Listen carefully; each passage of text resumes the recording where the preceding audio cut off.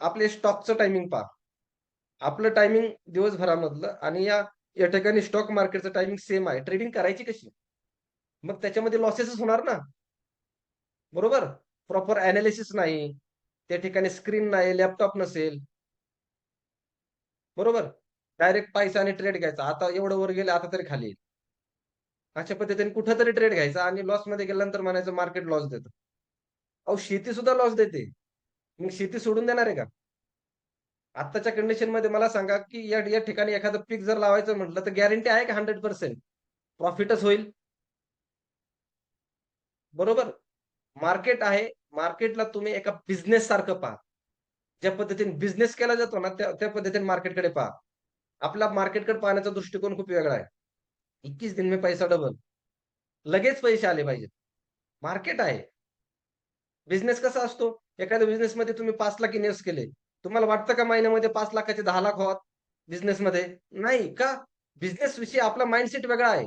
Psychology वेगळी आहे आणि मार्केटविषयी आपली सायकॉलॉजी आणि माइंडसेट वेगळा आहे पहा. हा बदलला पाहिजे. नक्कीच बदलला पाहिजे. मग हा बदलणार कसा आहे? हा बदलणार कसा आहे माइंडसेट? तर त्याच्यासाठी तुम्हाला मेडिटेशनचे सेशन आहेत पहा आपले इथे. सायकॉलॉजीचं एक्स्ट्रा सेशन आहे. माइंडसेट कसा डेव्हलप करायचा? सबकॉन्शियस माइंडला कसं कामाला लावायचं? सबकॉन्शियस माइंडचं आपलं आत्ताच्या याच्यामध्ये एक लेक्चर ॲड होईल पहा. सबकॉन्शियस माइंड काय आहे? काय ताकद आहे त्याची? पॉझिटिव्हिटी काय आहे? खरंच काम करते का? आपण कधीतरी एखादं गाणं गुणगुणत असतो पहा आणि ते ऑटोमॅटिक इथं कुठेतरी शेजारी चालू असतं. काय आहे ते? कोइन्सिडन्स आहे का? नक्कीच नाही. आपल्या त्या ठिकाणी मोबाईलच्या लिस्टमध्ये 500-600 नंबर असतात. आपण कुणाची तरी आठवण काढतो आणि थोड्या वेळाने कॉल येतो लगेच. त्याच टायमिंगला. कोइन्सिडन्स आहे का? ही सबकॉन्शियस माइंडची पॉवर आहे पहा. ते काय आहे? जे आजच्या डेटला तुम्हाला कोणताही क्लास प्रोव्हाईड करणार नाही. या गोष्टी खूप महत्त्वाच्या आहेत पहा प्रॉफिटमध्ये राहण्यासाठी. सायकॉलॉजी शिवाय ट्रेडिंग होऊ शकते का? जे कोणी ट्रेडिंग करतायत मला सांगू शकता. ऑलरेडी ट्रेडिंग करतायत. आवाज क्लिअर आहे का मला सांगा आधी? आवाज क्लिअर आहे का?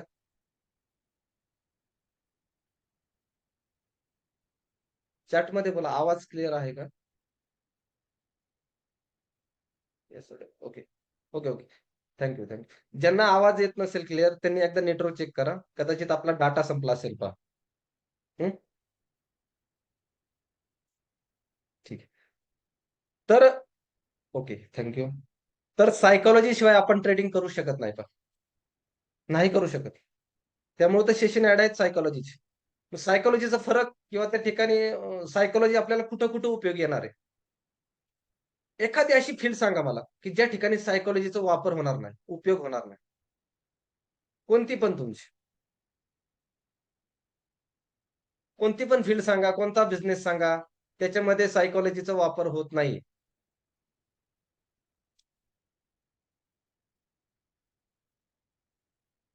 अशी कोणतीच नाही पहा. सायकॉलॉजी शिवाय त्या ठिकाणी कामच होत नाही. सायकॉलॉजी शिवाय कामच होऊ शकत नाही. काही जणांना त्या ठिकाणी 10वी फेल झाला म्हणून आत्महत्या करतो. जॉब नाही लागला म्हणून आत्महत्या करतो. बऱ्याच काही अशा छोट्या-छोट्या गोष्टी असतात त्याच्यावरून आत्महत्या होते पहा. ओके, डिप्रेशनमध्ये जातात. काय आहे बरं? याच्यामागे रिझन काय आहे? तर सायकॉलॉजीचं आहे पहा. बरोबर? त्या ठिकाणी एक एक्झाम्पल जर घेतलं तुम्हाला 10 विद्यार्थी जर किंवा 15 ते 20 विद्यार्थी जर फेल झाले असतील 10वी आणि त्याच्यामधला एका विद्यार्थी जर त्या ठिकाणी आत्महत्या करत असेल, 20 पैकी 1 जणांनी आत्महत्या केली. याचा अर्थ काय? 19 लोकांची सायकॉलॉजी ठाकठीक होती, याची नव्हती.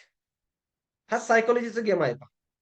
मग मार्केट हे सायकॉलॉजी चेक करतं, माइंडसेट चेक करतं आणि जर तो नसेल, तर ट्रेडिंग पॉसिबल नाहीये.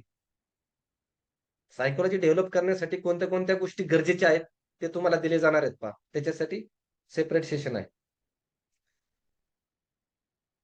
बाय आणि सेल तुम्ही ॲट अ टाईम करू शकत नाही. आता जे बिगिनर आहेत त्यांना या गोष्टी समजणार नाहीत पहा.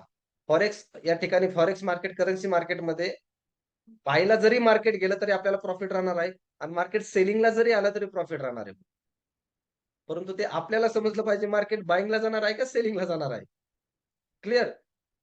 तुम्ही या ठिकाणी इंडियन मार्केटमध्ये बाय आणि सेल दोन्ही ऍट ए टाइम करू शकत नाही. म्हणजेच हेजिंग म्हणतात त्याला काही जण हेजिंग पण म्हणतात. म्हणजे या ठिकाणी मार्केट आहे, त्याच ठिकाणी बाय पण करायचं आणि त्या ठिकाणी सेल पण करायचं. फॉरेक्स मार्केटमध्ये तुम्ही दोन्ही पण ऍट ए टाइम करू शकता, बाय आणि सेल. ओके, त्याला हेजिंग म्हटलं जातं. त्याच्यानंतर एक्सपायरी. सर्वांना माहित आहे हा शब्द. या ठिकाणी जे स्टॉक मार्केटमध्ये मध्ये काम करतात, 80% ट्रेडर या ठिकाणी एक्सपायरीमुळे लॉसेसमध्ये जातात.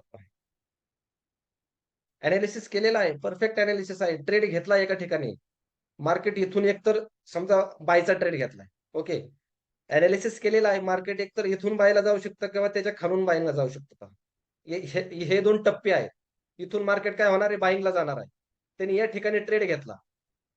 ओके. बायचा ट्रेड घेतला. मार्केट बायिंगला न जाता खाली आलं सेलिंगला पहा. आणि इथून मार्केट वरती जाणार आहे. परंतु त्याच टायमिंगला त्याची एक्सपायरी आली. म्हणजे काय, जबरदस्तीने विकावा लागला त्याला ट्रेड. कदाचित एक्सपायरी नसती तर या ठिकाणी टच करून मार्केट परत बायिंगला जाणार होतं. म्हणजे त्याला हा जो लॉस झाला, हा कशामुळे झाला? तर हा झाला एक्सपायरीमुळे. एक्सपायरीमुळे लॉस झाला. आपल्याला फॉरेक्स मार्केटमध्ये कुठल्याही प्रकारची एक्सपायरी नाही पहा. एक ट्रेड घेतला तुम्ही, तो कधी पण एक्झिट करू शकता. एका मिनिटाने करू शकता, 1 तासाने करू शकता, 1 दिवसाने करू शकता, 1 महिन्याने करू शकता, 1 वर्षांनी पण करू शकता. No expiry. ओके. आता मॅनिप्युलेशन हा शब्द सर्वांना माहित आहे. मॅनिप्युलेट केलं जातं मार्केट. म्हणजेच काय, ठरवून पाडलं जातं मार्केट. ठरवून एक तर वर नेलं जातं किंवा खाली पाडलं जातं. आता एक तर ठरवून वर नेणं किंवा खाली पाडणं, याच्यामध्ये लॉसेस कोणाचे होतात बरं? जे बुग्गे असतात का, ज्याला बुग्गे म्हणतो आपण, मोठे ट्रेडर, ऑर्गनायझेशन, त्यांचा कधी लॉस होत नाही. ते मिळून काम करतात, कारण ते लिमिटेड असतात. ते लिमिटेड असतात, मिळून काम करतात. ते ठरवतात मार्केट कोणत्या डायरेक्शनला न्यायचं, किंवा ऑपरेटर पण म्हटलं जातं. ते ठरवतात मार्केट कोणत्या डायरेक्शनला न्यायचं. मग एकतर त्यांच्यापैकी कोणतरी आपला पाहुणा पाहिजे, तर आपल्याला समजेल की ऑपरेटर कोणत्या साईडला बसल्यात, ऑर्गनायझेशन कोणत्या साईडला बसली. कारण ती मॅनिप्युलेट केलं जातंय पहा. तुम्ही हर्षद मेहताची ती स्कॅम पाहिली होती सीरीज. त्याच्यामध्ये काय आहे? हेच आहे. मॅनिप्युलेट आहे मार्केट. इनसाइडर ट्रेडिंग पण म्हटलं जातं त्याला. आतून ट्रेडिंग केली जाते कंपनीच्या आत घुसून. बरोबर? आत घुसून म्हणजे कंपनीच्या आत बसून नाही. तर मॅनिप्युलेट करून. मार्केट मॅनिप्युलेट करून त्या ठिकाणी ट्रेडिंग केली जाते आणि ज्या डायरेक्शनला मार्केट जाणार आहे, त्या डायरेक्शनला मोठ्या फंडनी ही लोकं बसतात. मग याच्यामध्ये लॉस कोणाचा होतो? तर रिटेल ट्रेडरचा, आपल्यासारख्या लोकांचा.